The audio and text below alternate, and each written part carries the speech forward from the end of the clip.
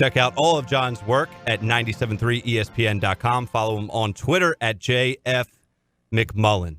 Johnny Mac, welcome back. Hey, guys, how are you? I think Moshe is running from me. Doesn't want to talk to me. I know, man. We keep saying, why don't you talk to John with us? Hang out. He's like, no. He's like, I don't like him. I was like, wow, all right. I mean, he didn't have just to say flat that. out said it. Well, that's well done. He's in a long line there. No.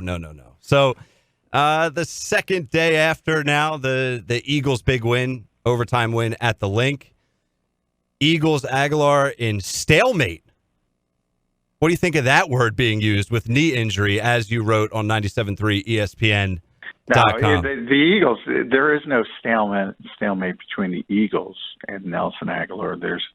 Nelson used that word to describe his rehab from this injury, knee injury, is at a stalemate. So it's not looking good for this week. It's interesting because we all thought he hurt his knee in the New England game, reaching for that pass awkwardly in the end zone from Carson Wentz. He revealed today he actually suffered the injury way back on October 13th in the Minnesota game. So he had been playing through it. And obviously Deshaun Jackson's already done. Now you got Nelson Agholor, so going to be in the same situation you were with the New York Giants with Greg Ward, J.J. Arcega-Whiteside, and Josh Perkins, receiver, although I do expect that they will elevate at least one of the three receivers from the practice squad. Do you have any idea who that could be, or not sure yet? Not sure yet. My guess is Rob Davis, simply because he has the most size, and the receiver they would be looking to replace, in theory, more so would be Alshon Jeffrey, because Greg Ward can already play the slot, which is Nelson's position. So in theory, they would want somebody to duplicate, at least physically, what Alshon can do. And Davis is 6'3", whereas Marcus Green is 5'9". Marcus Michelle is 5'10". So he's got the size that they don't have. Doug was asked today, I believe, about Boston Scott and his performance on Monday night. Obviously, that was a hot topic following the win. But Doug said the following: if he was going to play Scott more or use him more frequently like he did towards the end of that game, he said, sure, because of where we are at right now as a team and offense and his performance and what we've seen in practice as well. Really, it goes all the way back to training camp and some of the preseason games where he showed some of that speed and quickness. I think he can really make an impact for us. So moving forward here, how do you expect the carries to be distributed and the creativity of how they use Boston Scott with minimal weapons now remaining?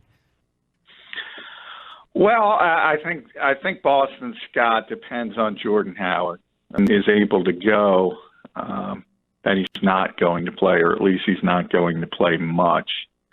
If Jordan Howard continues to sit, then you're talking about the rotation. I think moving forward is going to be Miles Sanders and Boston Scott. So I think he has earned playing time, certainly over Jay Ajayi. He's certainly a better fit for this offense, and I think he will get more time. But behind the scenes, I heard 4 to 6 weeks for Jordan Howard. So we're at 5 weeks. We're right in the middle of it. And Doug has consistently said it's not a season-ending injury, so they do expect him back at some point. Could be this week, could be next week. If he's back, then I think you see less Boston Scott, and understandably so. If he's not playing, you're going to see more, and I think you should see a lot more.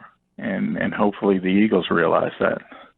I want to touch on something that Moshe said before he left, and it has to do with Jim Schwartz owning the first touchdown, saying it was on him and not Ronald Darby, 100% on him. Now, Moshe is a little concerned moving forward that might actually make Jim Schwartz change his philosophy against the Washington Redskins and not be as aggressive in certain situations. What do you take out of that? No, I think Jim overstated it. Obviously, it was not 100% his fault. Jim's an interesting guy because it depends how you frame a question. He's almost a natural contrarian. For instance, you could be Lawrence Taylor at the height of his powers as maybe the greatest defensive player in the history of the NFL, and you'll ask about a great play, and Jim will say, well, we don't give out gold stars. And then you point out a player that's struggling as obviously as Ronald Darby, and he jumps on his sword for him and says it's 100% my fault. So obviously it's not 100% his fault. Maybe he called the wrong defense. Maybe he should have been more conservative. Maybe he should have been willing to give up a field goal, but Ronald Darby should also be able to make a tackle, a simple tackle. So there's plenty of blame to go around. I don't think it's going to affect what he does against the Washington Redskins as far as calling the game. Certainly against a rookie quarterback. I mean, he tends to ramp it up and get more aggressive. He denied that as well today. Said there's no difference between young quarterbacks and veteran quarterbacks. But his history says he tends to dominate young quarterbacks, rookie quarterbacks. He tends to give them different looks, tends to be a little bit more aggressive, and I think that'll continue against the Redskins. Yeah, I saw that as coach speak, him just stepping up or sticking up for one of his players. But keeping it with Jim Schwartz, when you look at the Redskins, they have a weapon, Terry McLaurin, who has been a very interesting player this year, and he has some nice plays against the Eagles specifically early on. How do you feel that Jim Schwartz how do you think he will approach this game in defending him? Well, hopefully he plays more zone and safety over the top because, I mean, Terry McLaurin was the guy. He was the one who started it all, and what has been a common theme in this season defensively, and cornerbacks getting beat deep on this particular team, the latest being Ronald Darby. Back then it was Rasul Douglas. Time and time again, whether it's McLaurin or Stephon Diggs or whether it's 50-50 balls to Devontae Parker, whether it's rookies like Darius Slayton. I mean, they've gotten beat deep consistently. And what does that tell you? It tells you the corners don't hold up well in man-to-man coverage. And at some point, you have to be realistic about that. Now, the good news is, much like the Giants, even if you get gashed 3 times, is what happened in the New York game, the Redskins are kind of similar in that they're so limited offensively, you probably can afford to get gashed 3 times. Where it hurts is if you're playing really good offensive teams who can put together drives even without explosive plays. I don't think that's the case with the Washington Redskins. Jim Schwartz is not known to typically bring blitz and pressure. He has his scheme that he likes to stick to. But is that really why maybe he didn't make that adjustment, or he doesn't plan to moving forward, because the Redskins just don't have the weapons, the talent? Like, why even give them an opportunity to get a one-on-one matchup and get burned more than they need to? No, I mean, it's a give and take. Jim does more than people realize. I talk about it all the time. I mean, he's one of the most varied defensive coordinators in the NFL as far as different schemes, different looks from week to week. He's not Bill Belichick, but he's far from, Tampa 2 and never doing anything different. He tries a lot of different things, and you saw it last week against the Giants. He was getting beat early in the first half, so he went to more zone coverage in the second half. He tends to blitz more against young quarterbacks because he thinks they can't handle it. They can't recognize it. So you probably would have saw more blitzing if Daniel Jones was the quarterback of the Giants. And I think you will see more in Washington because they do have a young quarterback, and he's comfortable with the understanding that he's probably not going to be able to read the blitz or understand where it's coming from at all times, and you're apt to make more mistakes, whereas he's been around as long as Eli Manning probably isn't going to make that kind of mistake. So I think it has more to do with the quarterback and the week and all the other things, that personnel comes into it, injuries, everything. Weather, everything plays into it. Yeah, absolutely. And staying with the defense, how do you think the defensive line has been performing? Pretty good. I mean, it's clearly, as usual, as it has been, it's the strength of this defense. Probably other than the offensive line on the other side of the football, it's the strength of the team. And that's how the Eagles built it. That's how they designed it. Probably not quite as good as some expected it to be, but I think a lot of that has to do with losing Malik Jackson in week one, having all the injuries at defensive tackle. Remember, Fletcher Cox got off to the slow start because he was coming back from surgery. Didn't have an off season. Now he's playing like himself. Tim Jernigan's a little bit healthy. He's playing well. Brandon Grant's having a great season. And then the other ends have sort of flashed at times. Derek Barnett was out last week, but he's flashed at times. Vinny Curry had his best game against the Giants. Josh Sweat was huge in that game. So I think overall it remains the strength of the team, and if anything, it's been trending up as the season has worn on. Are there any updates on Jalen Mills? Because he did leave that game with an injury. Is he going to be able to go on Sunday? Is it going to have to be Rasul Douglas or even Craig James / Sidney Jones, whichever one Jim Schwartz is feeling when he's trying to call out the right player? Yeah, and Jim denied that's what Sidney said. He said he was supposed to be out there. That's the player he won, but who knows there. Doug called Jalen day to day, and he's probably going to have a brace on his elbow, is how Doug described it. We'll know better tomorrow. It's a little bit of a weirder week. They didn't have their full practice today because they played on Monday, so they'll have their full practice tomorrow. We'll get a better feel. But it certainly sounded like, from Doug's perspective, they expect Jalen to play. That's definitely huge. For the Eagles' offense, would it have been possible? Or do you think the Eagles would have looked this way if he was not picked up by the 49ers? But would it have been possible? No, bro. To do no, bro. Jordan No. Matthews. Stop it. They were not going to bring Jordan back this time. Now, too soon. You catch me next week when the 49ers cut him again. Then the Eagles might pick him up again after Rob Davis or somebody else falters in Washington. Who knows? Now, I do think the Eagles are finally out of the Jordan Matthews business. They kind of saw the last time. There wasn't much left there. And they do have young guys. And you just saw it with Greg Ward and Josh Perkins and more so Boston Scott giving this offense a little bit of juice. If they do bring up a Rob Davis or a Marcus Green, I think you'll see something similar simply because they're young guys who can run and they have some energy and they have some pep in their step. They're not worn down from playing 13 games. And I think you'll at least see, they're going to make mistakes. That's been one of the issues with this coaching staff, in my opinion. And Jim Schwartz is the guy who says it. There's some startup costs that's what he calls it when you play young players, but there's also some value in it down the road. And that's how you got to look at it. And right now this team needs help. And rather than pick up a broken down veteran off the scrap heap, I think they've turned that page and they've started to give their young guys some opportunities, and they took advantage of it last week.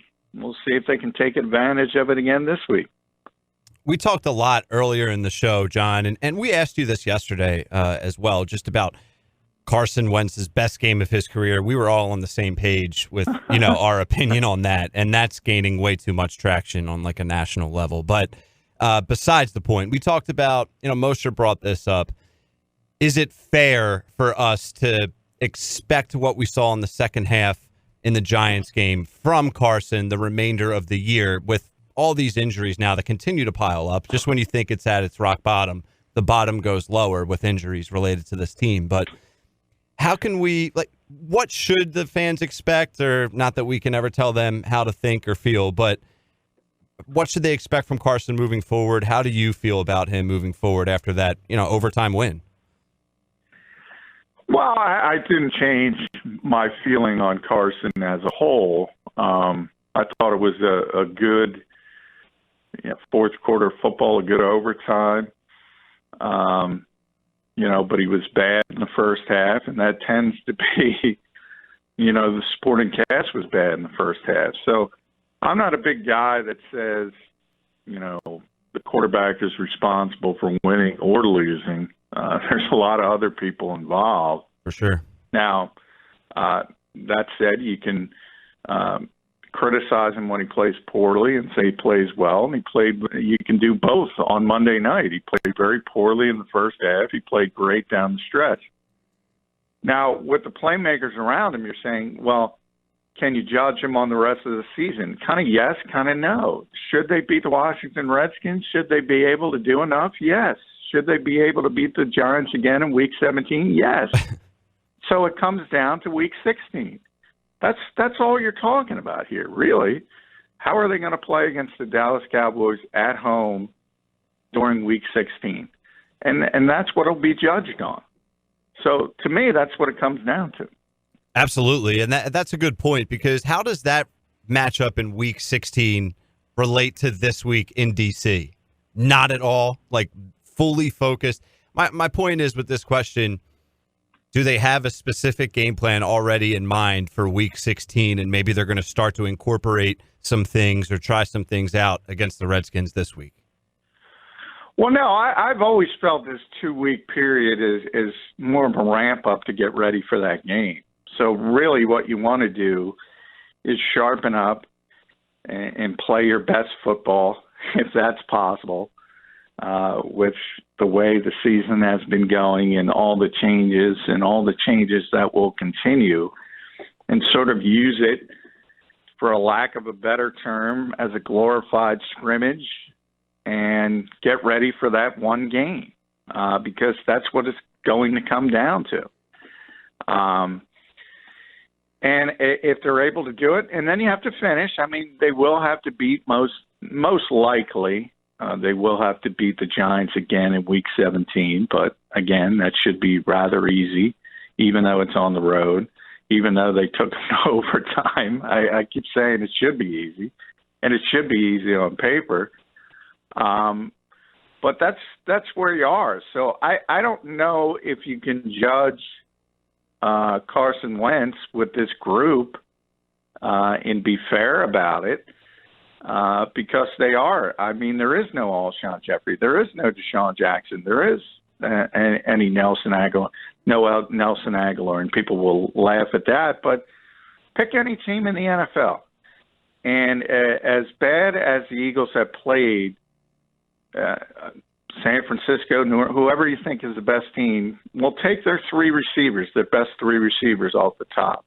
Is that quarterback going to look good? The 49ers are great. They just signed Jordan Matthews. What does that tell you? I'm not sure. How do you think Jason Peters is playing right now? Do you think Andre Dillard is sitting on the sideline thinking that should be me? No. Well, he shouldn't. Jason is, I was doing that. I was joking. I was looking at the Pro Football Focus rank, and they're not the be-all, end-all, but they tend to get it right. I mean, if you go through 16 games and they say you're playing well, you're playing well. If they say you're playing poorly, you're playing poorly. Now, you can argue with where people are graded, where they're placed, but right now, as we sit right here at 6-7 after 13 games, the Eagles have the top-rated center, the top-rated guard, the top-rated tackle in football. Jason Kelsey, Brandon Brooks, Lane Johnson, all number one at their particular position. Jason Peters is number 6. He is the 6th best graded tackle in football. Now, is he what he once was? No. Does he false start because he's 100 years old and he's trying to get a head start? Yes. But I always talk about context. 100. And, Eagles fans, like all fans, they get very myopic with their own team. They don't watch other tackles. you would be very, very happy with Jason Peters if you sat down and watched every other team's tackles. And that's what Jeff Stoutland constantly talks about when he talks to us. We've asked him that question. Should Andre Dillard be playing? And he gives you the death stare. And, Jason Peters is still a good player. And in a lot of ways, Eagles fans have been spoiled because they're used to what he once was, which was a Hall of Fame player. He's not that, but he's still better than just about every other left tackle in football. It's John McMullen. He's out there. He's out there. He's still doing things. Now, legitimately, obviously, he doesn't finish games. He often has to come off because he's always banged up. All of that stuff is legitimate. But when he's out there, he's still very effective. He's a big, big man. That's why they call him the security guard. That's John McMullen. Follow him on Twitter at JFMcMullen, our 97.3 ESPN Eagles Insider. If you missed any of this conversation or any of the other ones you want to go back to, go to our YouTube channel, 97.3 ESPN on YouTube. John, before I let you go, let me get a quick Sixers thought from you, because Broads and I are going to get into this a little bit on the other side and later in the show. Embiid, Barkley, and Shaq, they don't really say anything of like value, but they do say Embiid's not playing great. He's only getting 20 points a game. The intensity isn't there. If he wants to be great, he needs to pick it up. There's some conspiracy theories going around that Elton Brand is slowly transitioning to an Embiid trade with how he's built this roster. What's your thoughts on all that, real quick? Well, I don't know if they're at that point yet. I can tell you, I'm tired of the act. I don't know if other people are. I don't know if you guys are, but I am getting tired of it. The Embiid act? I mean, it's interesting. Yeah. I am too. It's interesting you bring up Charles Barkley, because for people that have been around, they remember the round mound of rebound. They remember him coming out of Auburn, how overweight he was. And he was lucky enough to come to the Sixers, who had Moses Malone at the time, and Charles will tell you this. If it wasn't, I mean, Moses Malone was known for his conditioning. He saved his career. Crazy.